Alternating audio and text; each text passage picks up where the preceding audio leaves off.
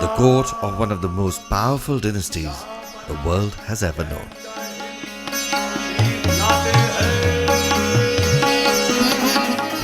Its fifth monarch, Shah Jahan, or ruler of the world, had everything he could wish for. And above all, the love, respect and the company of the woman he loved most of all, his Empress Mumtaz Mahal.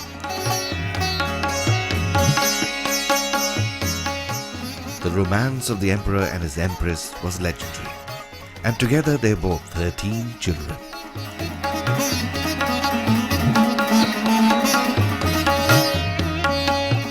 Sadly, only 4 sons and 3 daughters survived.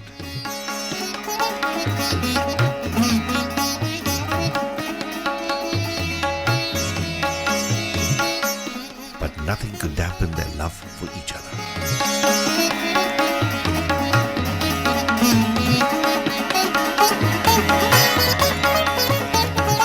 They lived in heavenly bliss and were inseparable. Even when Shah Jahan camped for war, Mumtaz was by his side, and soon enough was carrying their 14th child.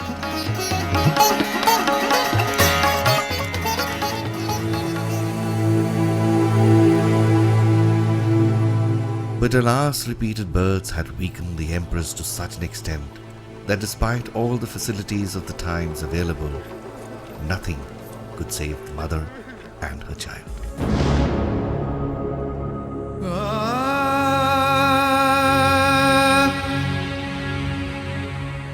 Shah Jahan's world collapsed around him in moments, turning his life into a living hell.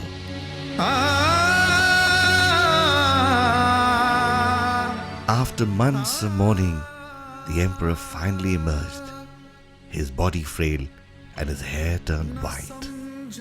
Shah Jahan could never have imagined that with all his might, he could not save his beloved from bleeding to death. And in his moments of grief, he decided he built the ultimate symbol of romance, the Taj Mahal.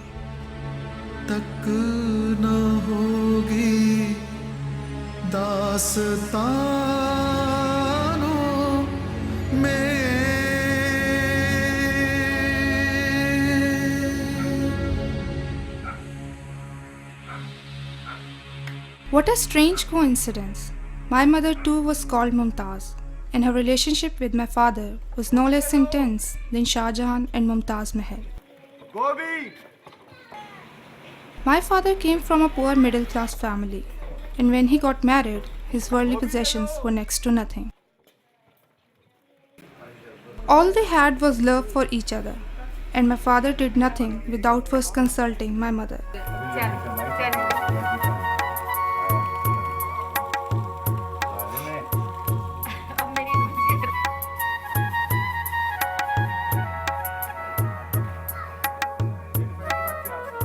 Together they had 8 children, of which only 5 of us survived, and me being the youngest of the lot.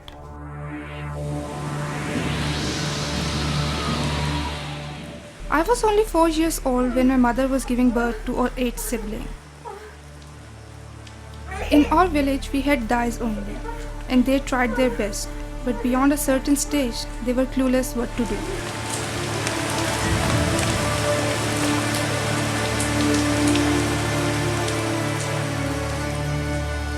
We rushed her to a hospital that was far away in the city and not easy to get to. My mother on the way gave birth to a little baby boy. But by the time we reached hospital, it was too late. Neither of them survived.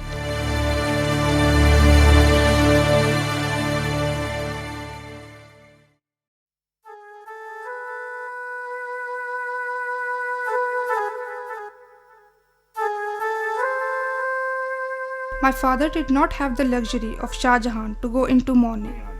Neither could he build a Taj Mahal for his Mumtaz. Instead, he had to work harder to feed all 4 of us.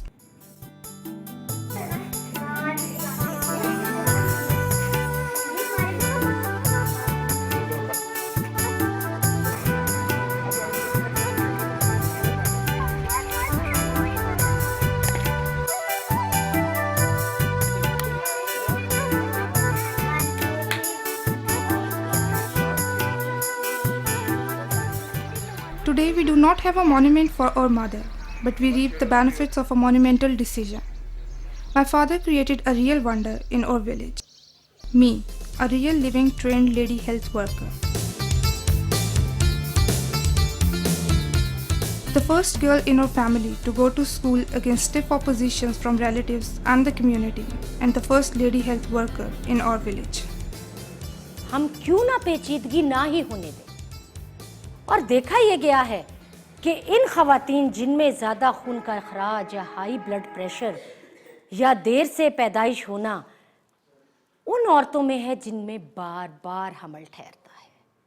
बार बार हमल ठहरने से क्या होता है, औरत का जिस्म अभी तक अपनी नॉर्मल हालत पे यानी कि हमल से पहले की हालत में वापस नहीं आया होता कि उस पर दोबारा दूसरे हमल या बच्चे का बोझ पड़ जाता है, जिस्म कमज़ोर हो जाता है और पेचीदगियों के इम्कानात बढ़ जाते हैं।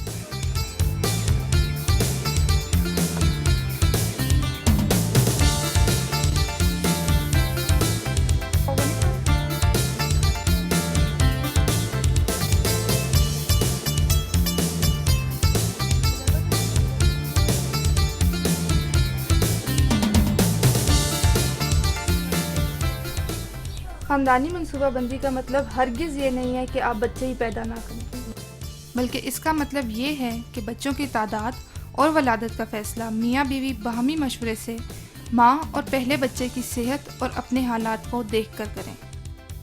और ये एक बहुत बड़ी गलत फहमी है हमारे माशरे में कि लोग समझते हैं कि ख़ानदानी मनसूबाबंदी हमारे मज़हब में इजाज़त नहीं है इस चीज़ की। अगर हम इस्लामी तालीमात को देखें तो हमें ये इशारा मिलता है कि माँ को 2 साल तक बच्चे को अपना ही दूध पिलाने का हुक्म दिया गया है। ये तभी हो सकता है जब माँ अगले हमल में 2 साल तक एहतियात करे। My father did not care about what others thought. He could barely afford to cement his Mumtaz grave, leave alone build a monument like Shah Jahan. But instead, he wanted to do all he could to save every Mumtaz and her baby from dying in his village for lack of care and ignorance. So instead of a monument that is dedicated to mourning, he created something that is about celebrating life.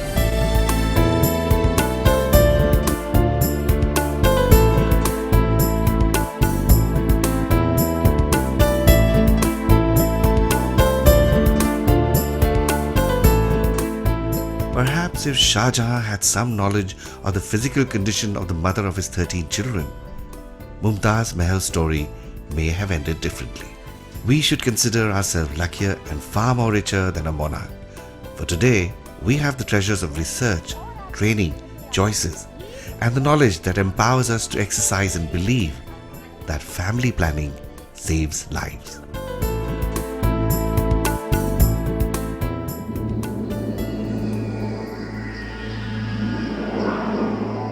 However, even today, every hour, 2 women die of complications related to pregnancy and childbirth.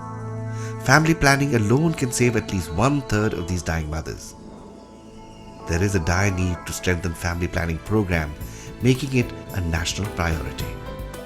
We have to reach out to every Shah Jahan and Mumtaz of Pakistan to ensure that we don't end up building monuments of sorrow, but instead a sentence of hope and pictures of joy.